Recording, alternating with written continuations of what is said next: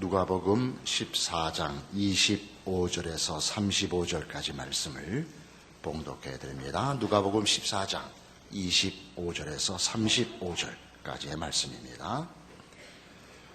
수많은 무리가 함께 갈새 예수께서 돌이키사 이르시되 물은 내게 오는 자가 자기 부모와 처자와 형제와 자매와 더욱이 자기 목숨까지 미워하지 아니하면 능히 내 제자가 되지 못하고 누구든지 자기 십자가를 지고 나를 따르지 않는 자도 능히 내 제자가 되지 못하리라.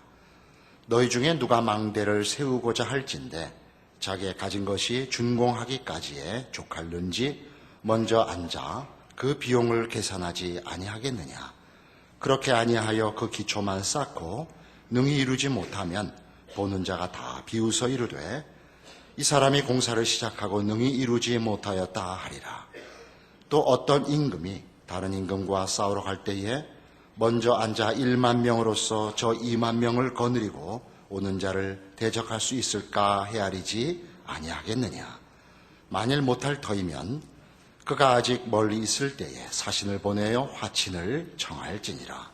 이와 같이 너희 중에 누구든지 자기의 모든 소유를 버리지 아니하면 능히 내 제자가 되지 못하리라. 소금이 좋은 것이나 소금도 만일 그 맛을 잃으면 무엇으로 짜게 하리요. 땅에도 거름에도 쓸데없어 내 버리느니라. 들을 귀가 있는 자는 들을지어다 하시니라. 예수님께서 자기를 따르는 무리들에게 나를 따르려면 목숨을 걸어야 된다, 이렇게 말씀하시는 대목입니다. 목숨을 건다는 것은 치열함이나 지극함의 문제가 아니고 전부를 걸라는 것입니다. 전부를 걸라는 것은 우리가 무슨 도박을 하듯이 무엇의 조건으로 목적하는 얻을 것을 위하여 뭘 내라는 것이 아니라 그 모든 것을 예수의 목적과 뜻에 맡겨 예수 그리스도께서 목적하시는 목표와 내용으로 채우는 자가 되라, 그런 뜻입니다. 그래서 여기 28절 이하에 있는 두 가지 비유, 망대를 짓는 공사, 또 다른 나라와 싸움을 하게 되는 전쟁, 둘 다 무슨 얘기로 하느냐 하면 비용을 준비해라. 전쟁을 하려면 이길 준비를 하고 싸워라. 자기가 하려고 하는 것이 어떤 비용을, 어떤 준비를 요구하는지 알아라. 망대를 세우는 일, 전쟁을 하는 일이 그렇거든 하물며 나를 믿는 것이겠느냐, 그런 말씀입니다. 예수를 믿는다면 그에게 우리를 맡겨 그의 목표와 약속에 또 내용과 궁극적인 보상에 이르기 위하여 나를 맡긴다는 것이 어떤 비용을 감수하는 것인지 알아야 합니다. 고린도후서 4장에 가면 바로 이 문제를 놓고 성경은 뜻밖의 말씀을 합니다. 288페이지 신약성경 고린도후서 4장입니다. 289페이지일 수도 있습니다. 성경이 장수가 조금, 저는 큰 글 성경을 봐서 페이지가 이렇게 약간 애매합니다. 4장 16절. 그러므로 우리가 낙심하지 아니하노니 우리의 겉사람은 낡아지나 우리의 속사람은 날로 새로워지도다. 우리가 잠시 받는 환난에 경한 것이 지극히 크고 영원한 영광에 중한 것을 우리에게 이루게 함이니 우리가 주목하는 것은 보이는 것이 아니요 보이지 않는 것이니 보이는 것은 잠깐이요 보이지 않는 것은 영원함이라. 우리가 예수 믿다가 어려움을 당할 때 위로를 받는 성경 말씀입니다. 우리가 바라는 것은 보이는 것이 아니랍니다.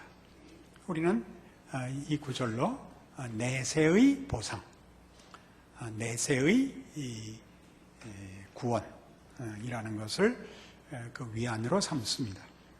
그러나 조금 더 이 성경이 설명하는 보상, 목표를 현실적으로 적용할 수 있어야 됩니다. 우리가 예수를 믿으면서 가장 크게 부닥치는 현실은 하나님이 우리의 행복과 우리의 소원에 응답하시지 않는다는 사실입니다. 다시 말해서 고통을 면케해 주는 것이 성경의 1차적인 약속이 아니라는 현실입니다. 만일 성경이 고통을 면하는 것을 목표하고 있지 않다면 왜 그러냐고 물어야 된다는 것이죠. 망대를 세우는 일도 계산을 해야 되듯이 전쟁을 하려면 승산이 있는가? 면밀히 따져봐야 되듯이 성경이 신앙의 보상을 고통을 면하는 것으로 보상하지 않는다면 왜 그러신가 물어야 합니다. 가장 중요한 질문이어야죠. 우리 지금 고린도후서 4장 16절 이하에서 그것은 우리의 바라는 것은 보이지 않는 것이랍니다. 그러니까 보이는 보상은 없다는 것이죠. 고통의 문제를 어떻게 이해할 것이냐? 하나님의 고통을 면케하시지 않느냐? 여러 가지 많은 이해와 많은 생각을 하게 만드는데 제가 도움을 받은 글이 있어서 소개합니다. 고통이 없는 세계는 인간이 서로에 대하여 또는 다른 존재에 대하여 아무 책임도 질 필요가 없는 세계가 된답니다. 그렇죠? 아무도 고통스러워하지 않는데 무슨 책임이 있겠습니까? 정치든 경제든 교육이든 국방이든 세상에 아무런 고통이 야기되지 않는다면 어디에서든 불평할 일도 없고 책임을 질 일도 없죠. 스스로에 대해서도 그렇죠. 우리가 우리 자신의 어떤 일에 대해서도 고통을 당할 일이 없다면 우리는 책임을 질 필요가, 책임을 의식할 필요가 없습니다. 그런데 진리보다 고통을 면하는 일에 급급하면 유물론적 세계관이 매력이 있게 된답니다. 왜냐하면 유물론에서는 한정된 책임만 지운답니다. 이 세계는 엄격하고 무한한 책임이 요구되지 않기 때문에 어떻게 해요? 죽어버리면 끝이니까. 유물론은 그렇죠. 죽어버리면 끝이니까. 책임이 거기서 끝나니까. 자살을 해보셨습니까? 이렇게는 물을 수 없죠. 여기 있을 리가 없으니까 해봤으면. 생각은 해보셨죠. 자살을 생각할 필요가 없는 기독교 신앙을 갖고 있다면 여러분은 기독교 신앙인이 아닙니다. 기독교 신앙이 요구하는 것과 여러분이 기대하는 것 사이에 처음부터 충돌이 있고 그 충돌이 너무 커서 자살을 생각할 수밖에 없어야 옳습니다. 해봤는데 살아났다고 해서 확인되지 않습니다. 해결이 되지 않습니다. 이리저리 도망간다고 해서 이것을 면할 수도 없습니다.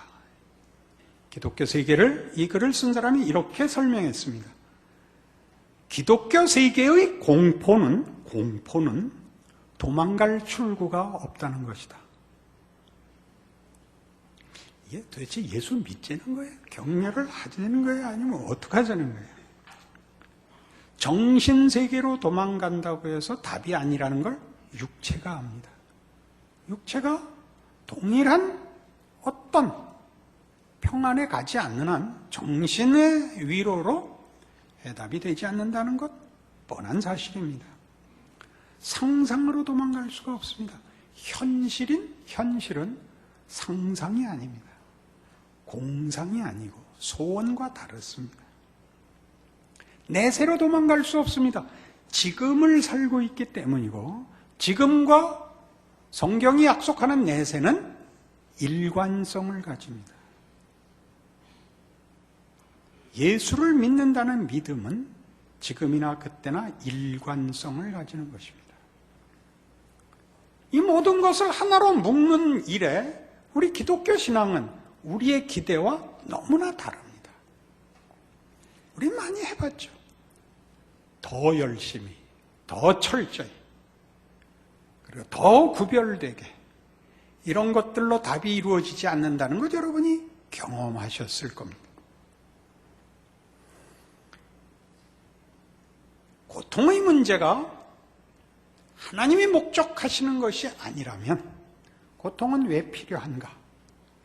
라는 생각을 가지셔야 하고, 고통이 책임을 요구한다는 사실까지 쫓아 들어오셔야 됩니다. 책임은 고통은 책임을 요구합니다. 고통을 어떻게 해결할 것이냐? 생각하게 만들고 해결해야 된다는 책임을 가지게 합니다. 그리고 이 책임을 지려면 우리가 자유를 가져야 합니다. 그것이 선택이며 결정이 아니고 언제나 정당한 결과를 기계적으로 요구하는 것이라면 거기에는 책임이 들어설 여지가 없게 됩니다. 기계가 고장났는데 무책임하다 그러는 사람은 없죠. 자유가 없이는 책임이 존재할 수가 없습니다. 자유가 주어지자 비로소 우리는 갈등을 하고 선택을 해야 되는데, 선택의 기준을 요구할 수밖에 없게 됩니다. 시험해 볼 수밖에 없게 됩니다. 거기에 비로소 선이라는 것의 필요를 이해하게 됩니다. 요구하게 됩니다. 하나님의 선하심은 뜻밖의 형통과 평안에서 발견되지 않고 바로 여기서 발견됩니다. 고통 속에서 발견됩니다. 하나님이 누구신가를 알면 우리는 우리의 책임을 우리의 믿음으로 자유롭게 선을 근거한 선택을 우리가 결정해야 됩니다. 그렇지 않고 그것을 하나님께 미루는 것은 믿음이라는 말에 대한 모순입니다. 그것은 자유로운 인격만이 가질 수 있는 명예이기 때문입니다. 빌립보서 2장에 가시면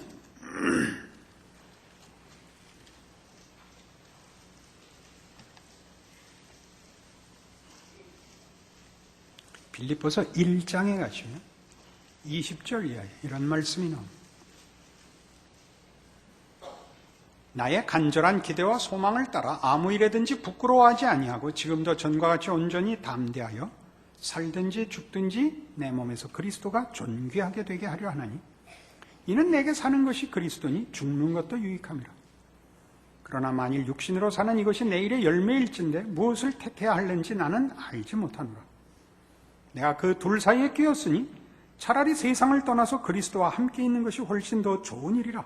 그렇게 하고 싶으나 내가 육신으로 있는 것이 너희를 위하여 더 유익하리라. 이 편지는 사도 바울이 로마 옥중에서 빌립보 교회에 보낸 편지입니다.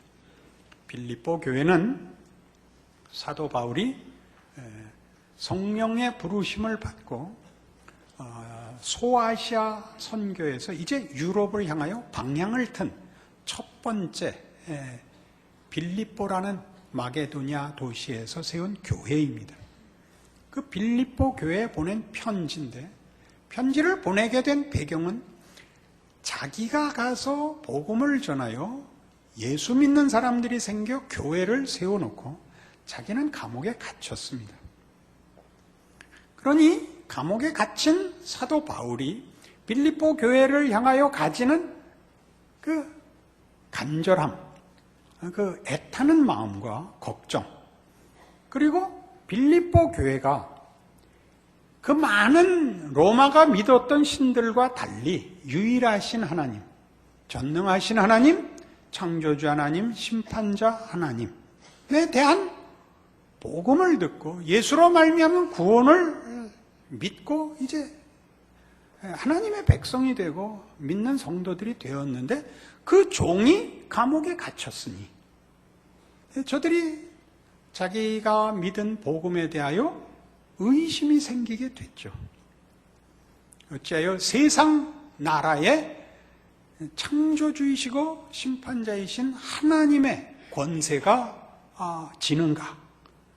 라는 그 의문과 그 걱정에 대하여 사도 바울이 이 서신을 쓸 필요를 느끼게 된 것입니다. 자신의 처지와 빌립보 교회의 처지에 대하여 하나님은 어떤 생각을 가지고 계시는가를 그가 이제 깨우치고 이 오늘 본 말씀을 씁니다. 자기가 붙잡혀 시위대 안에 말하자면 어떤 병영 감옥에 붙잡혀 있는데 자기가 갇힌 것으로 복음이 손해를 본 것이 아니라 오히려 복음에 진보가 있더라는 것입니다. 자기가 돌아다녀서 복음을 전해야 맞는데 붙잡혀서 꼼짝할 수 없는데 그 시위대 안에 복음의 진보가 생겼더라는 겁니다. 어떻게? 누가 잡혀오면 이번에 온 죄수는 죄목이 뭐냐? 이게 그 안에서 중요한 그 관심거리인데 이 바울이 잡혀온 죄목은 애매한 것입니다. 무슨 예수라는 사람을 믿어서 잡혀왔대. 예수가 누구길래 믿는 게 그토록 중죄가 되냐? 우리가 믿는 이 많은 신들은 진짜 신이 아니래. 이렇게 바울이 직접 하지 않고 그 전혀 모르는 자들을 통하여 올바른 자세한 설명이 아닌 궁금증을 더 많이 유발하는 증언들을 통하여 더 많은 사람들에게 복음이 뭐냐? 사람이 잡혀오고 죽을 수도 있는 일을 그 교를 믿는데 바칠 수 있을 만한 거냐? 이렇게 돼 복음의 진보가 있었답니다. 바울이 자신감을 가지게 됩니다. 하나님의 일하심은 우리 생각과 너무나 다르고 높고 깊으시구나. 그래서 빌립보 교회 걱정하지 마라. 내가 잡힌 것으로 인하여 시위대 안에 복음의 진보가 있었을 뿐만 아니라 믿는 자들 중에서도 담대함이 생겼다. 그를 시기하던 자들은 시기심, 사도 바울을 더 곤란케 하기 위하여 열심을 내서 복음 전도를 하는 기현상이 일어났고, 바울을 편들던 자들은 분해서 소극적인 자세에서 적극적인 자세로 전도자가 되었느니라. 그래서 이제 나는 20절에 나오는 말 다시 보시면 나의 간절한 기대와 소망을 따라 아무 일에든지 부끄러워하지 아니하고 지금도 전과 같이 온전히 담대하여. 부끄러움과 담대함이 왜 들어와 있을까요? 우리가 복음을 전하면 세상 사람들이 보기에도 분명한 어떤 위대함과 어떤 권세가 드러나고 또 우리의 신앙이 가지는 정당함과 고귀함이 보상받는 것으로 이 일이 이루어질 줄 알았더니 반대로 이루어졌더라는 거죠. 무슨 잡범같이 정치범같이 누명을 쓰고 그 흉악한 도덕적 범죄를 지은 자들과 같은 취급을 당하는 수모와 오해 속에 고난과 고통 속에 잡혀 있게 되었지만 내 이제 이 모든 것을 겁내지 않는다.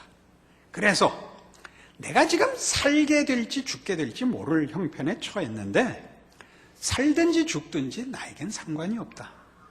진심을 얘기하자면 죽는 게 더 좋다. 왜? 죽으면 예수와 함께 살고 고통의 인생을 끝을 내니까. 그게 23절이죠. 내가 그 둘 사이에 끼었으니 차라리 세상을 떠나서 그리스도와 함께 있는 것이 훨씬 더 좋은 일이라. 그렇게 하고 싶으나 내가 육신으로 있는 것이 너희를 위하여 더 유익하리라. 왜 살아있겠다고요? 살아서 도움이 되는, 쓸모있는 사람이 되고 싶은 것입니다. 그럼 이렇게 잡혀있는 것 같이 오해받고 지는 것 같은 인생을 연장할 마음이 있다. 내가 이 선택을 기꺼이 하여 오해받는 길을 책임있게 지고 갈 자유로운 내 소원이 있다. 그래서 아마 나 살아날 것이다. 그렇게 얘기하는 것입니다. 기독교 복음의 진정한 가치가 어디 있는가 보십시오.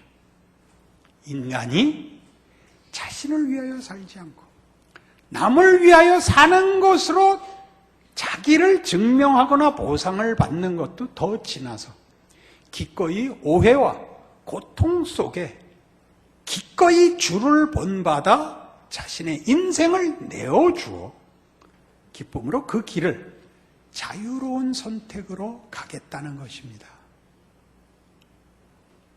여러분의 예수 믿는 현실이 불만이십니까? 어물어물 살고 계십니까? 하나님께 분노하고 계십니까? 좀 더 깊이 생각하셔야 될 문제입니다. 고통을 책임있게 이해하고 지는 것은 기독교에만 있는 것입니다. 그리고 그것을 강요하시지 않습니다. 그럼 왜 빨리 형통한 길을 주지 않는가? 생각해 보라 그러는 것입니다. 생각해 보시고 결정을 하십시오. 같은 빌립보서 4장 10절 이하에 가면 이 유명한 말이 바로 이런 맥락 속에서 선언됩니다. 내가 주 안에서 크게 기뻐함은 너희가 나를 생각하던 것이 이제 다시 싹이 남이니 너희가 또한 이를 위하여 생각은 하였으나 기회가 없었느니라. 내가 궁핍함으로 말하는 것이 아니니라.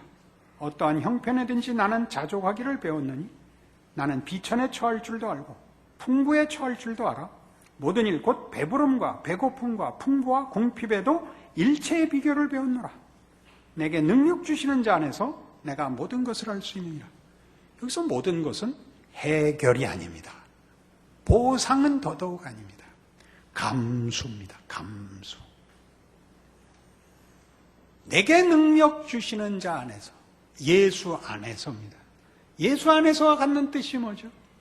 하나님이 우리를 사랑하시고 구원하기 위하여 자기의 백성과 자녀를 삼기 위하여 하나님이 그 아들을 보내신 그 길, 하나님이 기꺼이 우리를 찾아오기 위하여 당신을 낮추시고 섬기러 오시고 죽음을 감수하신 그 길, 그 복음, 그 하나님의 통치와 찾아오심이라는 복음과 신앙 안에서 나 내 인생과 내 존재를 기꺼이 이 길을 따르는 자로 하나님이 요구하시는 모든 고난의 길을 감수하겠노라.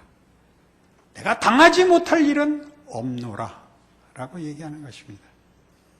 이런 일들을 너무 이렇게 주먹 쥐고 고함을 질러서 하지만 그 치열함으로 미화시키시면 안 됩니다.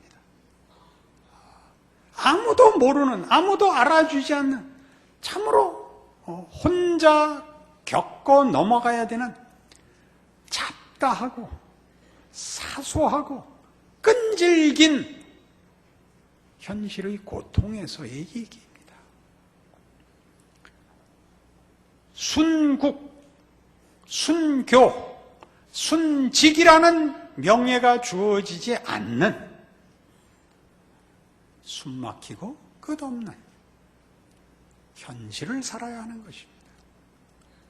그러나 이 길은 하나님께서 그 아들 안에서 당신이 우리에게 어떤 하나님가를 보이신 당신의 선택이었습니다. 우리를 부르시는 이가 우리를 대접하는 명예에 관한, 우리를 대접하는 하나님의 우리를 향한 그 명예에 관한 증언입니다. 우리는 기꺼이 이 길을 갈 것입니다. 부끄러움과 고난을 기꺼이 감수하여 참된 하나님의 자녀라는 이름이 갖는 그 명예를 선택할 것입니다. 생각해 보십시오. 이 길을 갈 수 없는 단 하나의 장애물은 세상입니다. 무엇 때문에 손해보는가?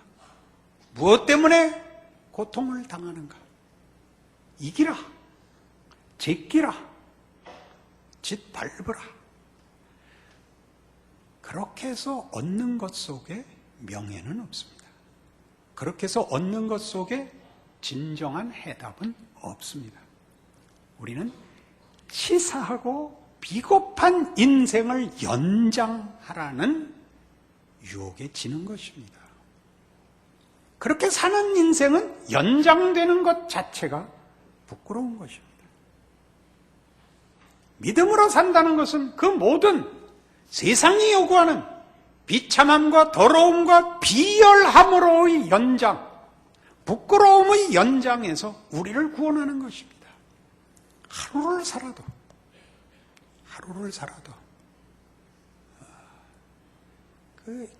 가만 보니까 노래에 있네요. 하루를 살아도 행복할 수 있다면. 그런 행복은 신앙 외에 없습니다.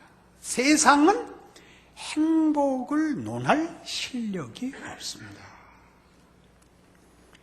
예수 안에만 있는 것입니다. 진정한 행복은 피상적일 수 없습니다. 여러분의 영혼과 여러분의 운명을 담보하는 것이어야 됩니다. 이 복된 길로 부름받으신 줄 알고 믿음을 가지십시오. 책임을 지십시오. 여러분의 길을 변명하지 마시고 옆 사람과 싸우지 마십시오. 하나님이 함께 하시는 길에 기적을 사는 인생이 되실 것입니다. 기도하십시다. 하나님 아버지 은혜를 감사합니다. 예수를 믿고 사는 인생의 위대함이 무엇인지, 그 명예와 그 자랑이 무엇인지 확인하였습니다. 연약하여 자꾸만 지고, 자꾸만 타협하고, 자꾸만 속는 우리의 연약한 믿음을 고백합니다. 짧은 인생인데 이 귀한 것 해보지 못하고 있습니다. 우리 하나님 은혜 위에 은혜를 도와서 믿음이 갖는 이 능력을, 믿음이 갖는 이 명예를 우리 삶에 누리게 하여 주시옵소서.